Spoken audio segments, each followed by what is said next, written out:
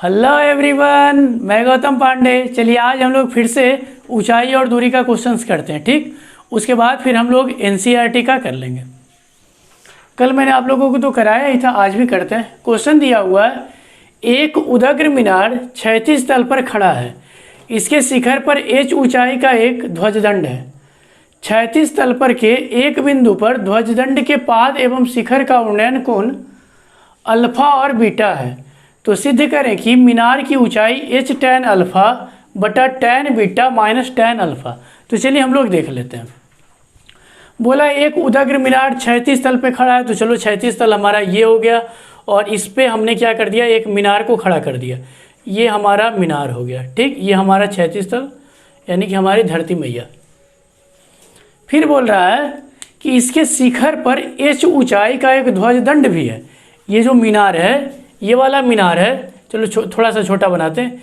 इस मीनार के ऊपर एच ऊंचाई का इस पे क्या है, चलो मैं इसको थोड़ा सा मोटा बना देता हूँ। ठीक है, इसके ऊपर क्या है, एक ध्वजदंड है। इस मीनार के ऊपर देख लीजिए ना, इस मीनार के शिखर पर एच ऊंचाई का एक ध्वजदंड है। ये कितना ऊंचा है, एच ऊंचा है। तो चलो इसको मैंने एच मान लिया। और फिर बोला है कि 36 तल पर के एक बिंदु पर ध्वजदंड के पाद यानी कि इसके पैर, ध्वजदंड के पाद का कोई बिंदु, ये वाला मैं बिंदु मान लेता हूँ, ये बिंदु का उन्नयन कोण क्या है, अल्फा है। तो चलो उन्नयन कोण मैंने इसका क्या दे दिया, अल्फा। फिर बोल रहा है कि इसी के शिखर का, देखो फिर एवं पाद एवं शिखर का उन्नयन कोण, पाद का क्या था, अल्फा, और शिखर का क्या है, बीटा।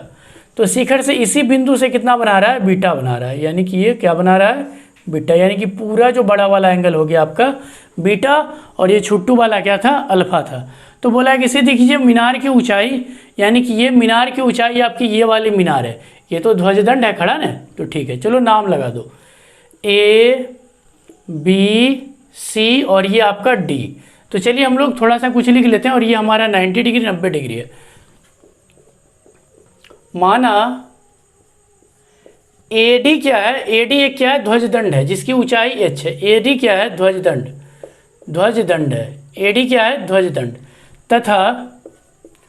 तथा बीडी क्या है, मीनार की ऊंचाई है। बीडी क्या है, मीनार की ऊंचाई है। बीडी मीनार की ऊंचाई है। बीडी क्या है, मीनार की ऊंचाई है। चलिए अब कुछ नहीं करना है, एक बार ये छुट्टू वाला में आ जाओ, एक बार ये बड़े वाले, पूरे बड़े वाले में आते हैं। तो चलिए हम लोग सबसे पहले छुट्टू वाला में आ जाते हैं। समकोण त्रिभुज डीबीसी में, तो चलिए इसमें देख लेते हैं डीबीसी में क्या। यदि चलो आप इसको x मान लेते हो, इसको मैंने क्या कर लिया, x मान लिया। ठीक है, इसको मैंने क्या किया, x मान लिया। तो डीबीसी में देख लो, एकदम बढ़िया से देखिएगा। टैन, ये छोटू वाला अल्फा है, छोटा वाला क्या, अल्फा। तो टैन अल्फा बराबर टैन थीटा का फॉर्मूला क्या होता है, लंब बटा आधार। तो लंब ये है, आधार ये आपका हो गया। तो लंब आपका क्या है, बीडी है, और आधार क्या है आपका, बीसी, आधार बीसी। तो टैन अल्फा बराबर बीडी की वैल्यू कितनी दे रखी है, एक्स। मैंने मान लिया एक्स, तो एक्स दे दो। चलो तो मिट जाओ। बीसी क्या, बीसी कुछ है ही नहीं, चलो बीसी रख लो। अब एक काम करते हैं, यहाँ से मैं बीसी का मान निकाल लेता हूँ। ठीक है, बीसी का मान निकालोगे तो क्या हो जाएगा, देख लो। बीसी बराबर आपका आ जाएगा एक्स बटा, देखो ना, बीसी को आप यहाँ भेजोगे, टैन अल्फा नीचे आ जाएगा, एक्स बटा टैन अल्फा। चलिए इसको हम लोग समीकरण 1 मान लेते हैं। ठीक है, अब इसके आगे अभी तो कुछ कर नहीं सकते हैं। अब हम लोग एक बार ये बड़े वाले ट्रायंगल में चल लो। तो समकोण त्रिभुज ए बी सी, बड़ा वाला में, ए बी सी में, और आप बताओ हमें कि ए बी सी के लिए एंगल कौन सा हो जाएगा, बीटा, बड़ा वाला एंगल बीटा। तो टैन बीटा बराबर, यानी कि टैन थीटा का फॉर्मूला क्या होता है, लंब बटा आधार। तो लंब आपका क्या है, ए बी। तो लंब यानी कि ए बी बटा आधार क्या है आपका, बी सी। तो ये बी सी। चलिए अब मैं इधर लिख देता हूँ। अब ये आपका टैन बीटा है, तो tan beta equal to A B को क्या आप लिख सकते हो, A D plus B D. फिर से देखो, ए बी को मैं क्या लिख सकता हूँ, A D plus B D, यहाँ सर लिख दो। तो A D plus B D बटा पूरा का बटा क्या हो जाएगा, ये बी सी। तो tan बीटा बराबर AD का मान कितना है, H है, BD का मान कितना है, X है, और ये BC का मान कितना, BC हमारा तो कुछ है ही नहीं, लेकिन आप ये देखो कि मैंने BC का मान यहाँ से कितना निकाल के लाया है, x बटा tan अल्फ़ा। तो क्या मैं पुट कर दूँ, रख दूँ, वहाँ से रख दो, x बटा tan अल्फ़ा। कहाँ से ये आ गया, समीकरण 1 से मैंने यूज करा, समीकरण 1 से। चलिए ठीक है, अब आपको पता है कि ये जो नीचे है ये ऊपर में जाके गुणा हो जाएगा, तो tan बीटा बराबर ये इसके साथ देखो गुणा होगा, मतलब tan alpha into H plus x, और नीचे में क्या बच जाएगा, सिर्फ x बच जाएगा। तो आप चाहो तो इसको कोना कोनी गुना कर दो, तो चलो मैं गुना कर देता हूँ। तो ये हो जाएगा x tan बीटा बराबर, इसको अंदर ले जाके गुना कीजिए, तो h tan अल्फ़ा प्लस इसको इसके साथ गुना करो तो x tan अल्फ़ा। चलिए ठीक है, अब मैं कर क्या रहा हूँ, इसको एक तरफ ले आ रहा हूँ, इसको मैं क्या कर रहा हूँ, एक तरफ ला रहा हूँ। तो x tan बीटा माइनस इधर आएगा तो x tan अल्फ़ा बराबर क्या बचेगा आपके पास, h tan अल्फ़ा। ये देखो ना, ये प्लस में था, इसको जब आप इधर लाए तो माइनस में हो गया। हाँ सर ठीक है, इस दोनों से आप क्या करो, x को कर लो कॉमन, तो क्या बचेगा, tan beta minus tan alpha बराबर क्या, h tan अल्फ़ा। बचेगा कि नहीं, हाँ सर बचेगा। अब यहाँ से यदि आप x का मान निकालना चाहो तो क्या हो जाएगा, h tan अल्फ़ा और पूरा का पूरा बटा tan बीटा माइनस क्या, tan अल्फ़ा।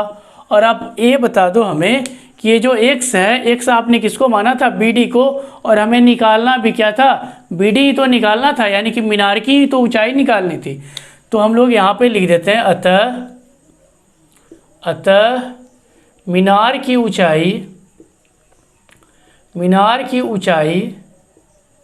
BD बराबर, BD माने थे ना मीनार को, देख लो मीनार को मैंने क्या माना था, BD।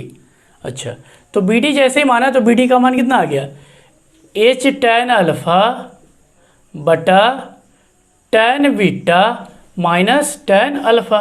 यही आपको सिद्ध करना था, ठीक है। तो चलिए हम लोग और आगे क्वेश्चंस करते हैं। चलिए अगला क्वेश्चन है, एक ध्वजदंड एक मीनार पर खड़ा है, मीनार के आधार से d दूरी पर एक ध्वजदंड के शिखर एवं मीनार के शिखर के उन्नयन कोण क्रमशः बीटा और अल्फा है। तो सिद्ध कीजिए कि ध्वजदंड की ऊंचाई d tan beta d into tan beta minus tan alpha है। तो चलिए हम लोग पहले कर लेते हैं, एक पहले मीनार बना लो। क्यों मीनार बनाएंगे, क्योंकि मीनार पे ही तो एक ध्वजदंड खड़ा है। तो चलो मैंने क्या कर लिया, एक मीनार बना लिया, ठीक। ये मैंने क्या किया, एक मीनार बना लिया। मीनार के ऊपर बोल रहा है कि एक ध्वजदंड खड़ा है, तो चलो मैं यहाँ पे एक ध्वजदंड खड़ा कर देता हूँ। ये हमारा ध्वजदंड है, ठीक है, ये ध्वजदंड है, ठीक। अच्छा, नाम चलो मैं दे देता हूँ, ये A है, ये B है, इसको भी मैं कुछ नाम दे देता हूँ। चलो मैं इसका नाम D दे दिया, यानी कि AD जो हमारा हो गया ये ध्वजदंड है। इसको चलो मैं H मान लेता हूँ, क्या, इसको मैंने क्या कर लिया, H मान लिया। फिर क्वेश्चन में बोला है कि मीनार के आधार से D दूरी पर कोई बिंदु है।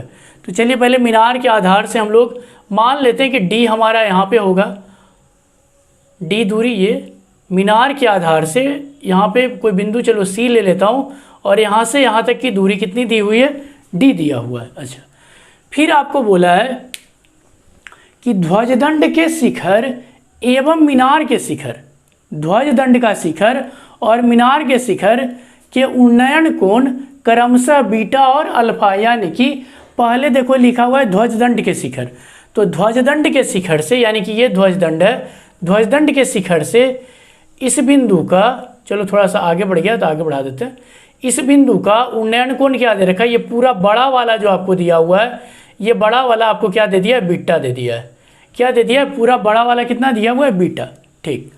और फिर बोला है कि मीनार के शिखर के उन्नयन कोण क्या हो जाएगा, अल्फा। क्रमशः का मतलब है कि पहले ये देखो है ध्वजदंड वाला लिखा हुआ तो ध्वजदंड का, और बाद में देखो मीनार है तो बाद में मीनार का आएगा। तो मीनार के शिखर से कितना कोण बनाया है, यहाँ से लेके ये वाला, ये जो आपका कोण छुट्टू सा बनाया है, ये आपका कौन सा कोण बनाया है, अल्फा बनाया है। फिर से देख लीजिए आप, ये पूरा बड़ा वाला जो कोण है ये बीटा है, और ये छुट्टू वाला जो कोण है अल्फा है, ठीक। तो हमको बोला है कि सिद्ध कीजिए कि ध्वजदंड की ऊंचाई यानी कि ये एडी हमको निकालना है, इसकी ऊंचाई बोला है सिद्ध करने के लिए। तो चलिए फिर से वही कहानी करते हैं हम लोग, एक बार इस वाले त्रिभुज में, फिर एक बार बड़े वाले त्रिभुज में। मैंने तो आपको बता दिया, फिगर बना लो, जितना समकोण त्रिभुज मिले और थीटा मिले चलते जाओ, आंसर आना ही आना है। तो चलिए तो सॉल्यूशन हम लोग कर लेते हैं, कुछ नाम दे देते हैं जिसको जिसको आपने माना है। तो माना एडी क्या है, ध्वजदंड है। एडी क्या है आपका, ध्वजदंड है। एडी आपका ध्वजदंड तथा बीडी क्या है आपका, बीडी आपका क्या है, मीनार है। बीडी मीनार है। बीडी क्या है, मीनार है। कोई बात नहीं है।